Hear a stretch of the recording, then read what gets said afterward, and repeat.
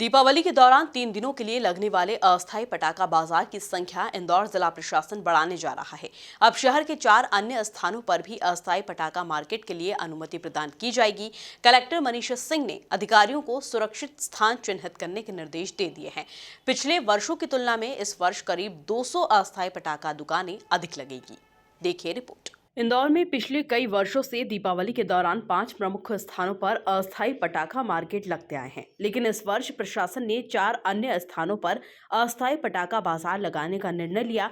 दरअसल कोविड महामारी के चलते पिछले 2 वर्ष से पटाखा व्यवसाय नहीं हो पाया था। कोविड-19 महामारी के दौरान कई लोगों की नौकरी भी छूटी थी, जबकि कुछ लोगों का व्यवसाय बंद भी हुआ है। इस समय कई लोग लाइसेंस लेकर पटाखों की बिक्री करना चाहते हैं। इस बार जनप्रतिनिधियों का दबाव भी अधिकारियों पर अधिक है।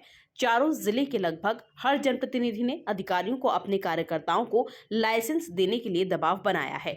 इन सब बातों को ध्यान में रखते हुए प्रशासन ने अस्थायी पटाखा मार्केट बढ़ाने का निर्णय लिया, ताकि सभी नेताओं के साथ लाइसेंस लेने वालों को एडजस्ट किया जा सके। देखिए, ऐसा है कि पिछले 2 वर्षों से लगभग कोविड जैसी स्थितियाँ थी, उसके चलते पटाखा व्यवसाय जो था, उसके पटाखा के जो व्यापारी हुआ करते थे, जो होलसेल हुआ करते थे और रिटेलर हुआ करते थे, वो लोगों ने एक तो पटाखे की मांग नहीं थी, दूसरा कोविड के चलते उनके व्यापार नहीं हो पा रहे थे।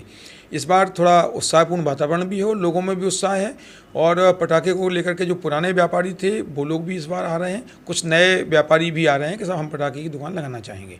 जो अस्थायी बाज़ार थे वो ऑलरेडी एग्जॉस्ट हो चुके थे, काफ़ी मात्रा में लाइसेंस उनके पुराने थे, वहाँ दुकानें चलती थी। इस बार उसको सुरक्षा और बाकी चीज़ों को ध्यान में रखते हुए कलेक्टर सर ने निर्देश दिए कि नए बाज़ारों को खोजा जाए। इसलिए जैसे बंगाली चौराहे का मैं उदाहरण दूं तो पहले बंगाली पे हमारी दुकान लगती थी, पटाखा बाज़ार लगता था। उस पटाखे बाज़ार को हम लोगों ने एक दूसरे बाज़ार 140 जो स्कीम नंबर 140 का एरिया उसको चयनित किया है। वहाँ पर लगभग 70-80 दुकानें नई बनेंगी जो कि अस्थायी होंगी, 3 दिन के लिए होंगी। इसी तरह से जो दशहरा मैदान पर हमारे पटाखा बाज़ार लगता था वो पूर्व अनुसार यथावत रहेगा, लेकिन नया बाज़ार के लिए रेती मंडी जो हमारा थोक बाज़ार भी बना है उसके पास में एक और एरिया चिन्हित किया गया, वहाँ भी लगभग 50 से लेकर 70 दुकानें नहीं लगेंगी। इसलिए जो नए व्यापारी पटाखे के लाइसेंस के लिए आ रहे हैं जो कि अस्थायी होते हैं, 3 दिन के लिए होते हैं, उनको हम लोग रेती मंडी और 140 जो नया बाज़ार बना रहे हैं वहाँ पे देंगे।